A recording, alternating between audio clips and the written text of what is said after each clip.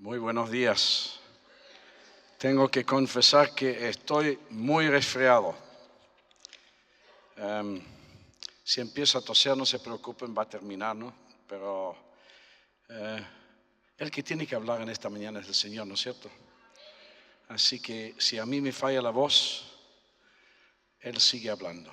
Pero no creo que suceda, porque he orado mucho por esta mañana y estoy seguro que el Señor entregará el mensaje que Él tiene. Este es un día histórico, ¿no?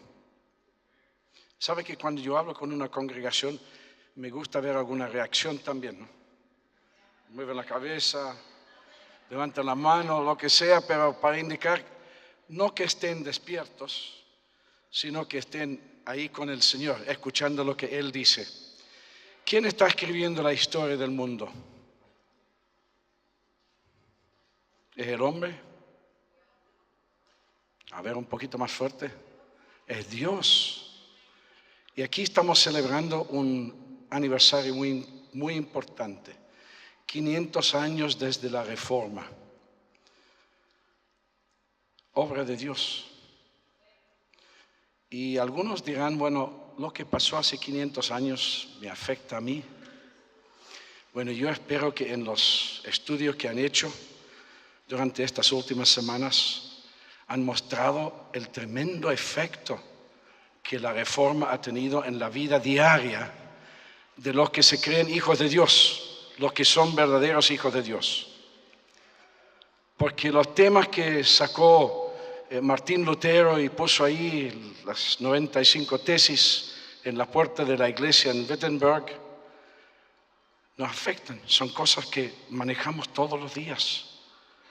Es la manera que Dios está obrando en el ser humano para su honra y su gloria. Ahora, no voy a pasar tiempo esta mañana porque ustedes ya hicieron su trabajo, ¿no es cierto?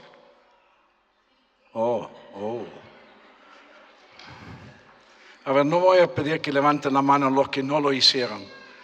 Pero si no lo hicieron, pónganse a estudiarlo. Está todo aquí.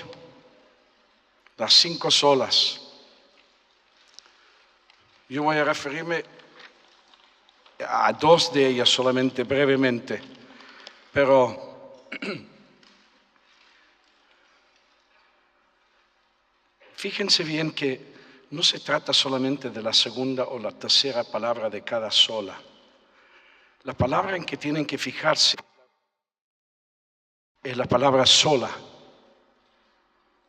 Todos sabemos lo que significa, ¿no? Significa solo, que no se necesita otra cosa.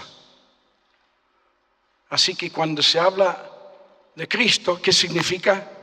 Que solo Cristo, no necesito agregar nada ni nadie más.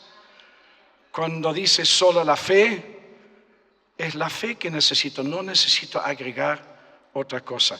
Y si tienen dudas en cuanto a eso, leen las epístolas de Pablo, donde él vez tras vez está diciendo, están tratando de decirnos o están tratando de decirle a ustedes que tienen que agregar algo, que Cristo no es suficiente. Y Pablo dice, eso no es el evangelio que yo prediqué. Cualquier otro evangelio no vale. Así que fíjense bien en la palabra sola. Es un problema que surge vez tras vez, porque nosotros los seres humanos tenemos la tendencia de pensar que Dios necesita a nosotros, ¿no? Que Dios necesita mi esfuerzo, Dios necesita mis méritos, mis buenas obras. No. ¿Quién hizo la obra redentora? Cristo. ¿Tenemos que agregar algo a eso? No. Es completo. Cuando Cristo murió en la cruz, ¿cuál fue la última palabra que dijo? Consumado es. Consumado es. Así que no caigamos en la tentación de pensar que tenemos que agregar algo. Tenemos que simplemente confiar en este Dios que es todopoderoso. Así que les insto a seguir pensando, estudiando estas 5 solas, son más, pero 5 Y que no se olviden de esa primera palabra. Es muy importante. Ahora, yo me siento muy privilegiado para venir aquí en esta mañana tan importante para compartir la palabra de Dios.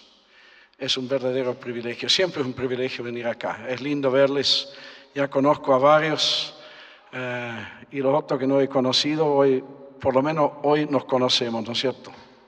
Hoy estamos aquí en la presencia del Señor y Él nos va a hablar. Ahora, lo que Jorge nos dijo, Jorge, ¿dónde estás? ¿Es 1 hora o 2 horas que tengo? No se preocupen, la voz va a ir antes de la hora, no se preocupen, ¿no? Ahora, Lutero fue un hombre con muchas convicciones, firmes en Dios y en la palabra de Dios. Él se empapó de la palabra de Dios. Escuchen lo que dice aquí. A la pregunta de si iba a renunciar a sus puntos de vista, Lutero responde: mi conciencia está cautiva por la palabra de Dios. No puedo ni quiero retractarme de nada, porque no es ni seguro ni honrado actuar en contra de la propia conciencia. Aquí estoy y no puedo hacer otra cosa. Que Dios me ayude. Amén. Ahora, ¿contra quién está? Bueno, no, voy a decirlo de otra manera. ¿A quién se estaba dirigiendo? Se estaba dirigiendo a la iglesia de aquel entonces, que realmente fue un imperio todopoderoso. Y este es un hombre luchando para que la Biblia esté a la disposición de toda la gente. Y eso es lo que él dice. Aquí estoy. Yo no puedo hacer otra cosa. Que Dios me ayude. Y Dios le ayudó. Porque cuando un hombre y una mujer hablan de esa manera, firme en la palabra de Dios, Dios está ahí porque es su palabra. ¿Qué hombre de fe, qué valor mostraba en su posición? Nunca quiso que hubiera una separación dentro de la iglesia. Nunca fue su idea. Lo que él quería presentar sus convicciones y que hubiera discusión, porque eran puntos tremendamente importantes para la fe. Pero las autoridades de la iglesia no quisieron escucharlo, lo excomulgaron y así empezó la reforma. Y nosotros, ¿qué somos? Somos protestantes, ¿no? Revolucionarios. ¿Se siente revolucionario esta mañana? ¿Está dispuesta a ser revolucionario para el Señor? Martín Lutero es el ejemplo para nosotros. Dios tomó la vida de Martín Lutero y lo usó para darnos la libertad que tenemos hoy día. Quiero hablar solamente de dos, y ya que ustedes lo han hecho, lo voy a hacer rápidamente, ¿no? Dos de las solas. Solo la palabra. El 5 de octubre de 1544, casi 30 años después de la Reforma, Martín Lutero predicó en la dedicación de la iglesia del castillo en Torgau, en Alemania. Ahora, esta iglesia, el edificio, fue la primera iglesia protestante que fue construida. Las demás eran santuarios católicos que habían sido redimidos por los protestantes. Y en esa dedicación, esto es lo que dijo Martín Lutero: es la intención que nada más suceda dentro de esta iglesia, excepto que nuestro amado Señor nos hable a través de su santa palabra. Y a la vez nosotros le hablemos a través de nuestra oración y alabanza, que es lo que hemos hecho esta mañana. Lo enfatizó más profundamente cuando dijo: podemos deshacernos de todo, menos la palabra, Así que no fue culpa mía. ¿La puedo hacer de nuevo? No.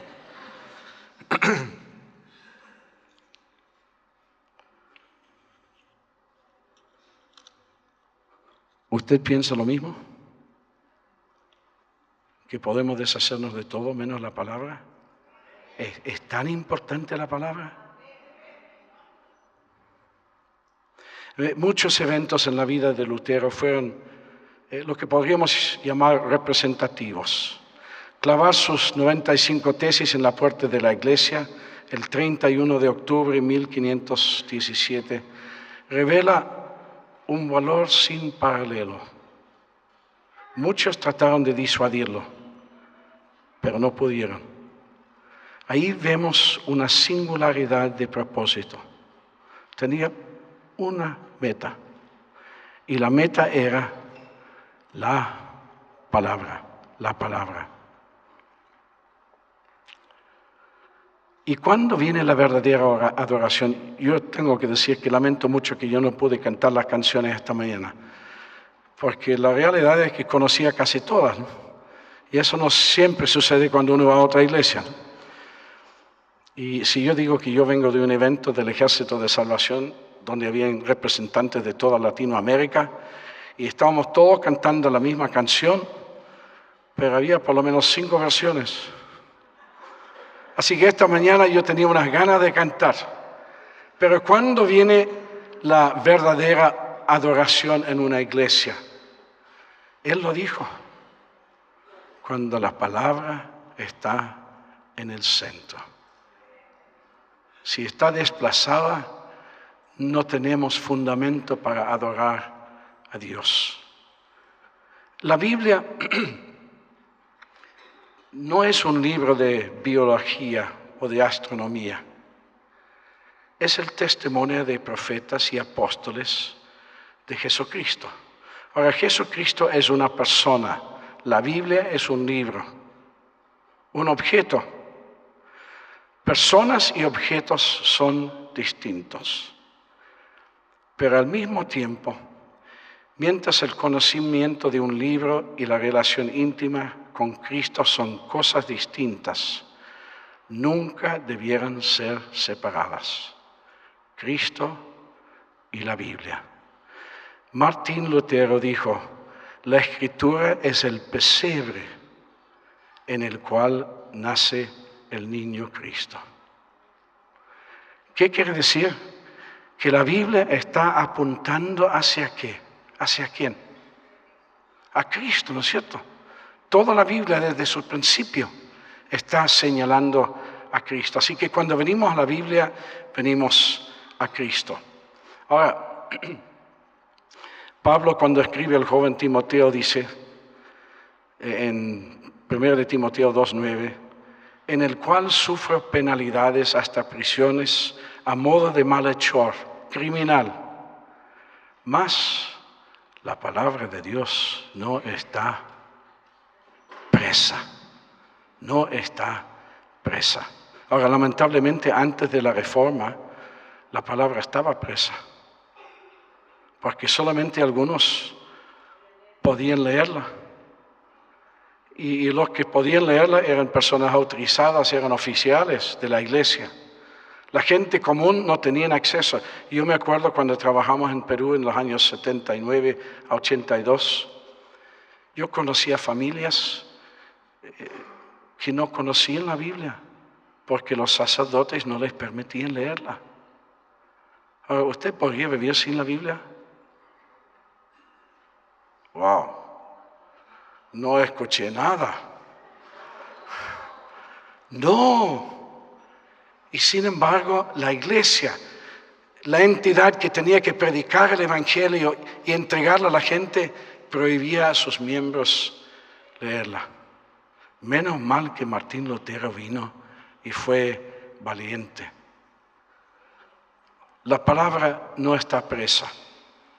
Gracias a Dios por personas como Lutero, gracias por personas como Tyndale, que imprimió la primera Biblia en inglés y saben que fue torturado y quemado, mártir, para que la palabra de Dios pudiera ser leída por muchas personas. Así que cuando decimos sola escritura, tenemos que pensar en esto. Sola gracia, esa es la segunda que quiero mencionar. Solo la gracia, sois salvos por medio de la fe. Ahora, no somos salvos por la fe, ¿no es cierto? A ver, lo voy a decir de nuevo. No somos salvos por la fe. Somos salvos por medio de la fe. ¿Quién nos salva? Cristo. ¿Quién fue crucificado? Cristo. ¿Quién consiguió la redención para todo el mundo? Cristo. Pero a través de la fe, ¿qué hago yo? ¿Qué haces tú? Nos ponemos a la disposición de Dios. Nos ponemos en una posición donde Dios puede salvarnos. Porque este Dios tan grande, tan inmenso que nos ha creado, nos creó con libre albedrío. Y Él nos respeta como nadie más. Y Él nos invita a creer en Él. Y cuando creo, soy salvo.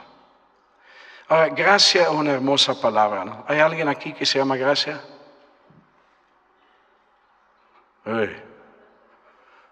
Ahí tiene que hacer algo la próxima vez que tengan un bautismo, una dedicación, lo que sea, ¿no?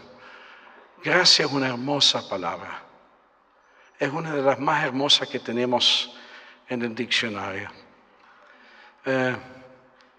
Es una palabra que desapareció en la iglesia por muchos años. Muchos años. Se veía más el legalismo en vez de la gracia. ¿Con quiénes tuvo Jesús más problemas cuando estuvo aquí caminando en nuestra tierra? Con los líderes religiosos. Eran los expertos en el legalismo, pero ha durado hasta hoy en la iglesia, ¿no? Yo me acuerdo, tengo que confesar algo aquí, ¿no? Yo me acuerdo cuando era un pecado ir al cine. Y me acuerdo la primera vez que fui con un amigo, teníamos como 12 años, y entramos y subimos el cuello y nos sentamos ahí. Y miramos y de repente había gente de la iglesia sentada allá también. Pero sabe que la iglesia ha sido experta en buscar maneras de controlar la vida de la gente. Y lo llamaban el evangelio. Dios no permite hacer eso. Pero si yo digo que yo pocas veces escuché la palabra gracia, ¿qué significa? Bueno, es tentador predicar sobre el mundo previsible de elección y consecuencia, de causa y efecto, de sembrar y cosechar. Y muchas veces nosotros que predicamos el Evangelio tenemos la tentación de pensar, bueno, ellos sembraron, que cosechen. Y nos olvidamos cómo Dios nos ha tratado a nosotros. ¿Cuándo empezó Dios a amarnos?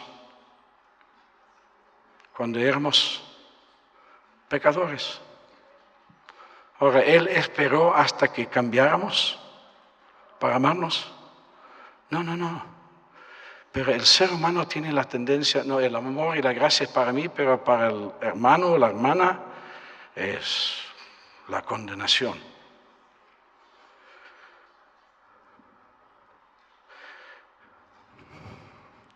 Mirar la gracia de Dios desde afuera puede dar la impresión que la gente se libra olímpicamente de su pecado.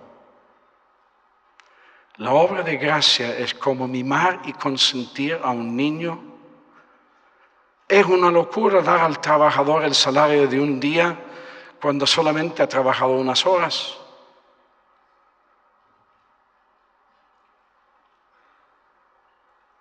No tiene sentido. ¿Pero quién lo dijo? Jesús, ¿no? Y me imagino a los legalistas, momento, Pero mirar la gracia desde adentro es como tomar el agua de vida. Es como comer en un restaurante y no tener que pagar. No lo hagan, pero...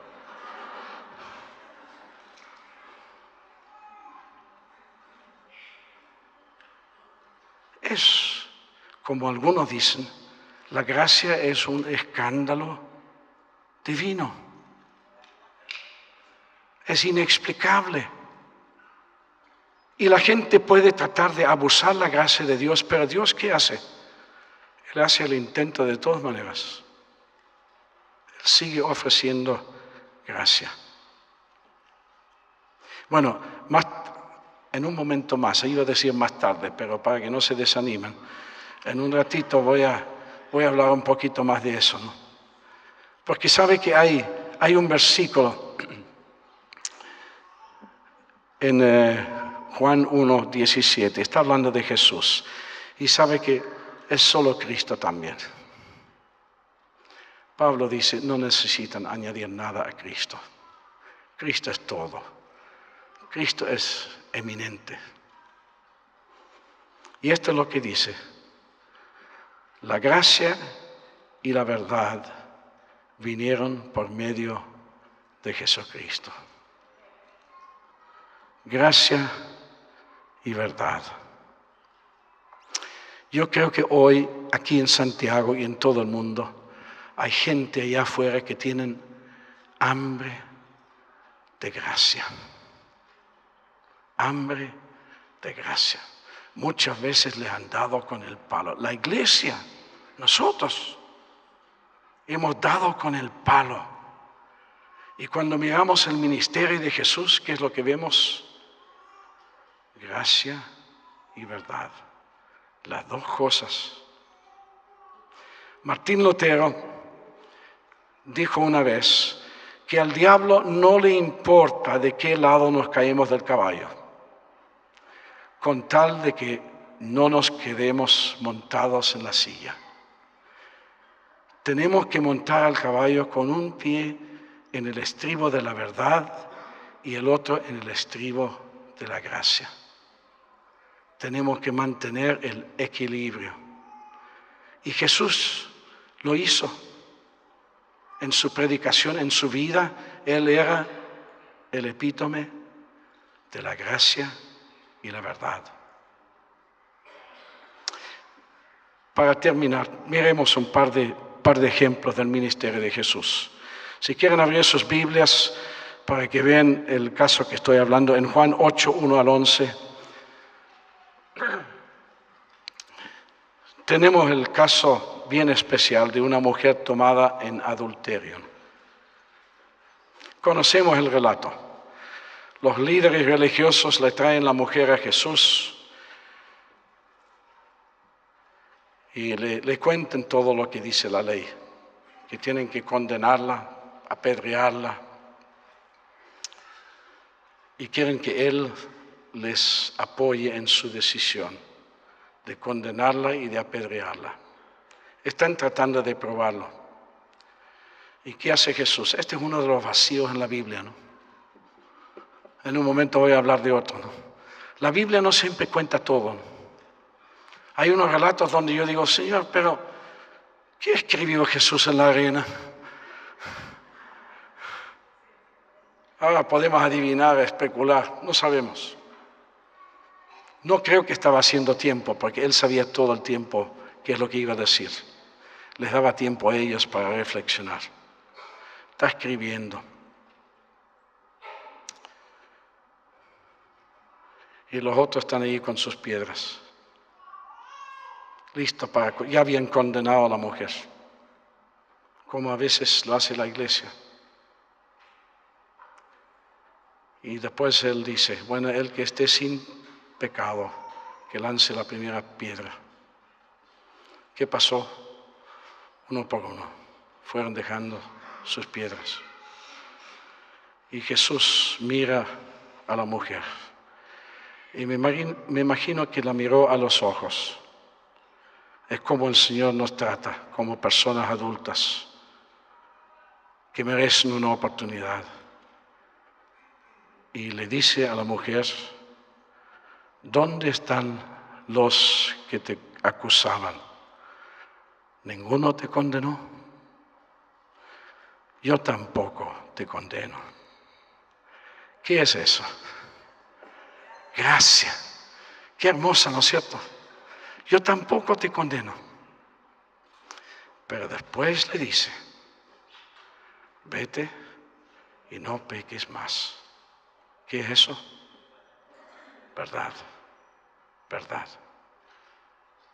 Dejamos cualquiera de los dos fuera y no estamos predicando el mismo evangelio que Jesús, ni de Pablo.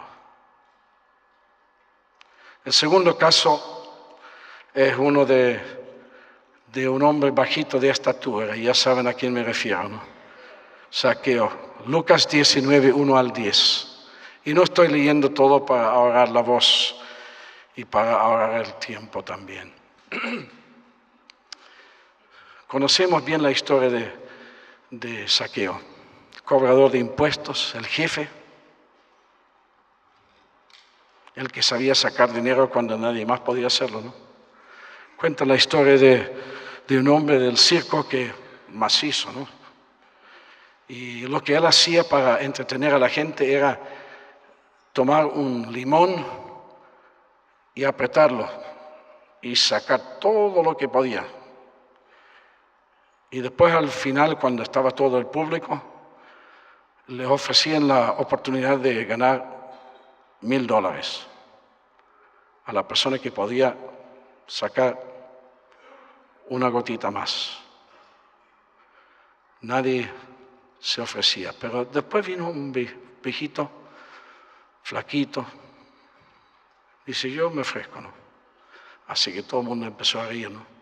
Agarra el limón, empieza a estrujar, ¿y qué pasó? Cayó una gota. Y el hombre forzudo dije, pero ¿cómo es posible? ¿En qué trabaja usted? Impuestos internos.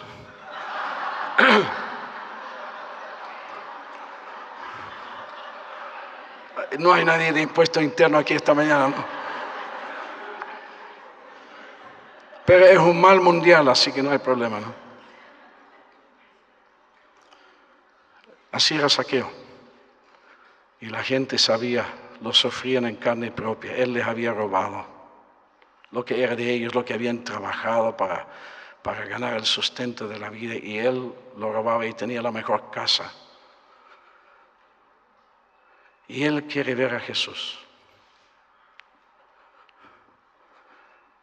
¿Te sorprende cuando los peores empiezan a buscar a Jesús?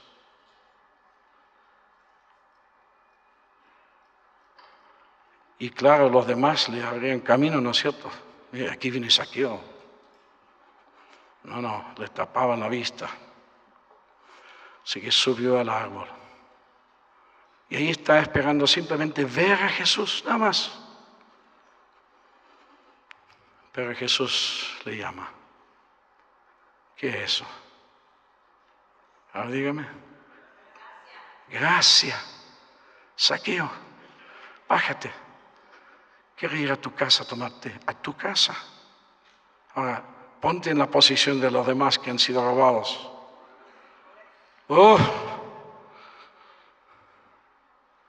Ahora, después hay otro vacío, ¿no? Porque después de eso ustedes lo pueden leer en sus Biblias, ¿no? ¿Qué sucede? Zaqueo está devolviendo dinero, está entregando a los pobres. Ahora, no sabemos si esto sucedió en el camino, si ya estaba en la casa de Zaqueo, no tenemos idea. No sabemos si Jesús alcanzó a hablarle, pero lo que sí sabemos es que este hombre se había arrepentido. Jesús le mostró gracia y se arrepintió. Y saben que a veces nosotros somos legalistas también en cuanto al arrepentimiento. Queremos que la gente esté arrastrándose por el piso. Jesús sabía que se había arrepentido. Gracia, Él conocía lo que estaba dentro del hombre. Y después Cuando Zaqueo devuelve todo, ¿qué dice Jesús? Este hombre también es hijo de Abraham. ¿En qué se destaca Abraham? La fe y la obediencia. Así que ahí vemos también en el caso de Zaqueo la gracia y la verdad. Zaqueo, tú no puedes seguir viviendo como estás viviendo, robando a la gente. Y Zaqueo, el mensaje llegó y su vida fue transformada. Un caso más y ahí termino, ¿no? Juan 21, versículos 15 al 18. Es la parte final de este encuentro, ¿no? Y se refiere a Pedro. Pedro había negado a Jesús 3 veces. Conocemos la historia, ¿no? Y cómo le dolía.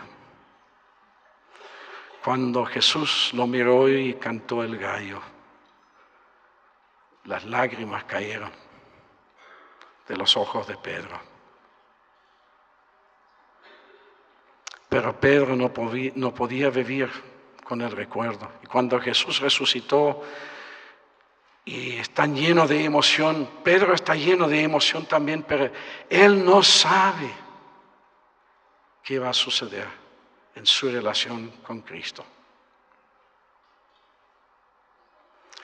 Jesús dice que todos tienen que ir a Galilea, ahí se va a encontrar con ellos. Pedro, cuando no sabe qué hacer, ¿qué hace? Va a la pesca. Toda la noche están ahí con los discípulos, toda la noche trabajando, no pescan nada, ¿no? Pero de repente oyen una voz en la playa. Muchachos, ¿han pescado algo? No. Tiren sus redes al otro lado del barco. Un momento de déjà vu. ¿Qué sucede? Se llenan las redes. Y Juan dice, es el Señor. Y Pedro, el reaccionario, salta del bote y nada al lado a la playa.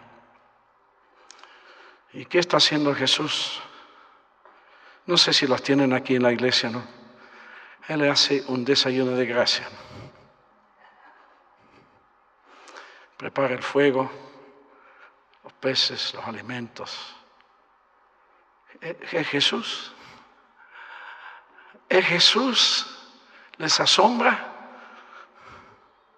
¿Es el Salvador del mundo que está preparando el desayuno para los pescadores que están cansados y para Pedro que está fracasado? Y otro vacío. ¿De qué conversaron? No sabemos. Pero seguramente mientras que estaban tomando desayuno conversaban. Pero después Jesús toma a Pedro a un lado.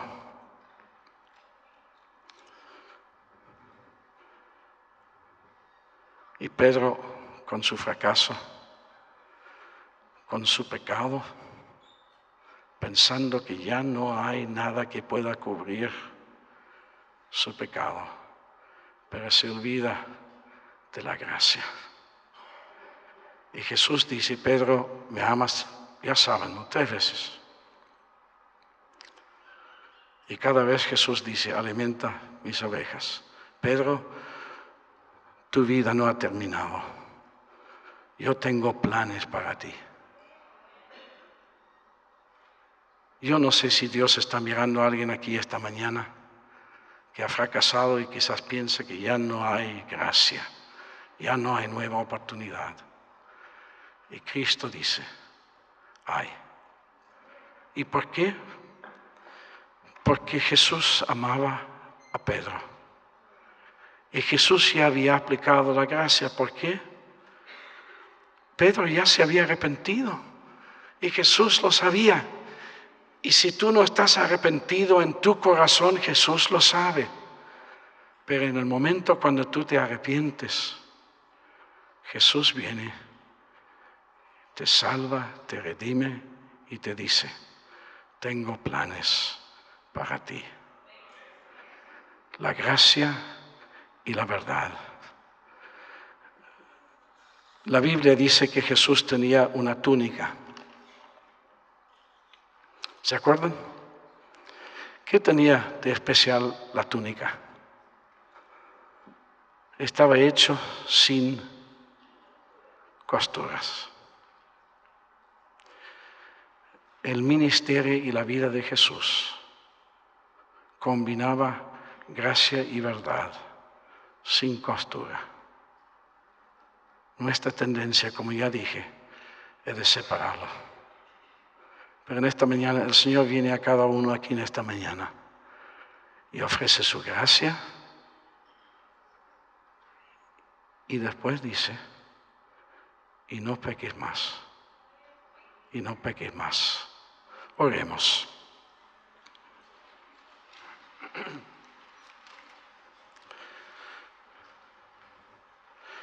Oh Dios nuestro Padre, nos asombra cada vez que lo pensamos, que tú nos amas de esa manera, tan completamente, sin condonar lo que estemos haciendo cuando pecamos, pero hablando a nuestro corazón y ofreciendo esta hermosa gracia, que es inexplicable. No tiene sentido, es un escándalo. Pero Señor, es la manera como tú obras, con un amor incondicional. Y te damos gracias a Dios que no solamente en esta mañana podemos recibir la gracia, sino que podemos ir a este mundo nuestro para administrarlo, para darle a la gente, no condenarlos, sino aplicar tu gracia y aplicar tu verdad. Gracias, Señor, porque tú nos invitas a mirar la gracia y experimentarlo desde adentro y después llevarlo al mundo. Gracias por Jesús. Gracias por personas como Martín Lutero, que dio su vida para que nosotros pudiéramos tener tu palabra, que en esta mañana nos ha mostrado el cuadro de la gracia y de la verdad. Gracias, Señor, en el nombre de Cristo. Amén.